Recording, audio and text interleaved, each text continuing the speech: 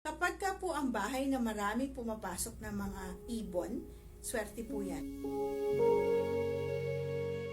Isa pa pong sign ng houses actually na swerte, whether it be an old house or a new house, kapag ka po ang bahay na marami pumapasok na mga ibon, swerte po yan, okay? Because ang ibon po, hindi po niya kayang pumasok sa mga negative na mga spaces, okay? Pero sa totoo lang po, ang pinakaswerte talaga ay pag meron mga paniki. Contrary to the fact na minsan kinakatakutan natin ng paniki, pero hindi po, ang paniki po actually when they get in the house, that's a good sign actually, no, that the business will prosper.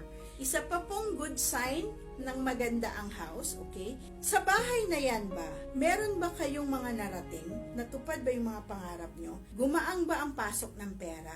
Hindi pa kayo nag-aaway-away? O hindi pa rin nagkakasakit? Pero ang pinakamagandang sign po, kapag ka po ang problema, no matter how heavy or how big it is, nadadala mo siya ng maganda. Yan po yung mga signs po ng swerte na houses po.